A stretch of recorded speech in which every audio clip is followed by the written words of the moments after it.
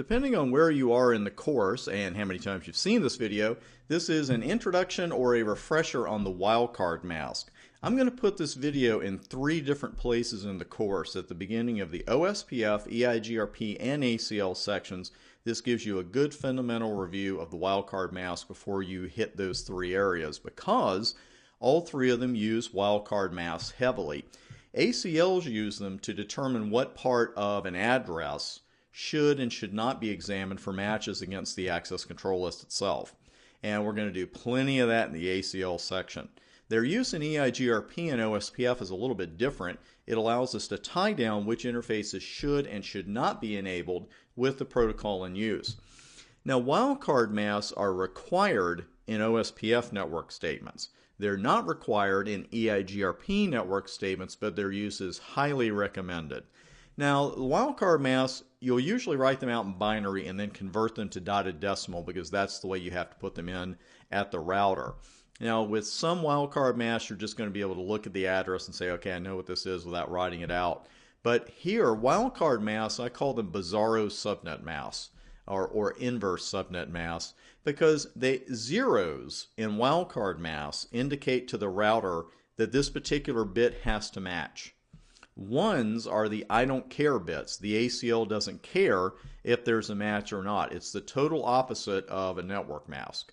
Now, in this example, we're not going to deal with the actual application of an ACL, but let's say that we need to write an ACL line that matches the subnet 196.17.100/24, because we want packets from that network to be able to come into an interface and we want to block everybody else.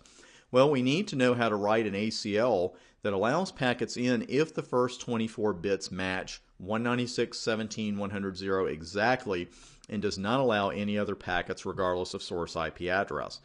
Now, this is definitely the kind of wildcard mask you could write without writing all the binary out once you've practiced it, because you could look at this one and tell what it ought to be.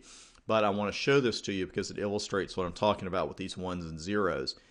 If we need to match on 196.17.100 exactly, that means the first 24 bits of our wildcard mask will be zeros.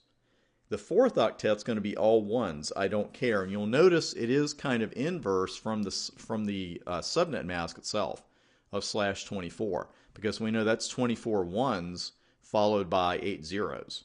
But our wildcard mask for that particular subnet, it's going to be 24 zeros and then 8 ones, because the first 24 bits have to match exactly, and that is wildcard mask logic. And then you just convert it from binary to dotted decimal. And the wildcard mask is 000255. You really want to watch that on your exam, especially when you're first getting started with these, because it just looks funny. It's like you're looking at that answer in a multiple choice question and thinking, that can't be right. But with a wildcard mask, it is. You want to watch that on your practice exams and your real exams. Don't choose a network mask of 255.000 for an ACL when you mean to have a wildcard mask of 000255. Now, again, I grant you, this is an easy wildcard mask to determine without writing everything out. You're going to run into plenty of wildcard masks that aren't as obvious, that don't end at the very end of an octet. So practice this method of writing it out until you're totally comfortable with the process. The reason we use them in protocols, with EIGRP and OSPF in particular, let's look at a router with the following interfaces. 172.12.12.12/28 and then serial 172.12.12.17/28. Well, the 2 interfaces are on different subnets. And the key here is that we might want to run OSPF on one interface but not the other. And same with EIGRP. Well, using a wildcard mask makes this possible. The wildcard mask will require the first 28 bits to match 172.12.12.0, and the mask doesn't care what the last 4 bits are. So when you break that down, this is what it's going to look like on a per octet basis, and your resulting wildcard mask will be 00015. So again, it's a kind of an inverse subnet mask. Instead of the first 28 bits here being ones, for your wildcard mask, they're going to be zeros. Now, converted to dotted decimal, again, that wildcard mask will be 00015. That's all there is to it. And as with anything, practice makes perfect, so practice already.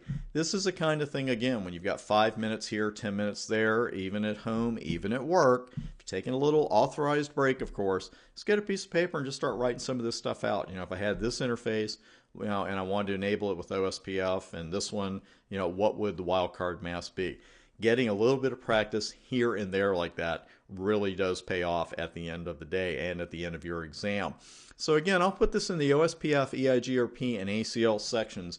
If this is the first time you've seen wildcard masks, watch the video a couple times and then you'll see the examples, because we've got live labs in the OSPF, EIGRP, and ACL sections, and they all use wildcard masks. So we'll get plenty of practice in. I just want to give you an introduction and a refresher to refer to. Thanks for watching, and now let's get to work.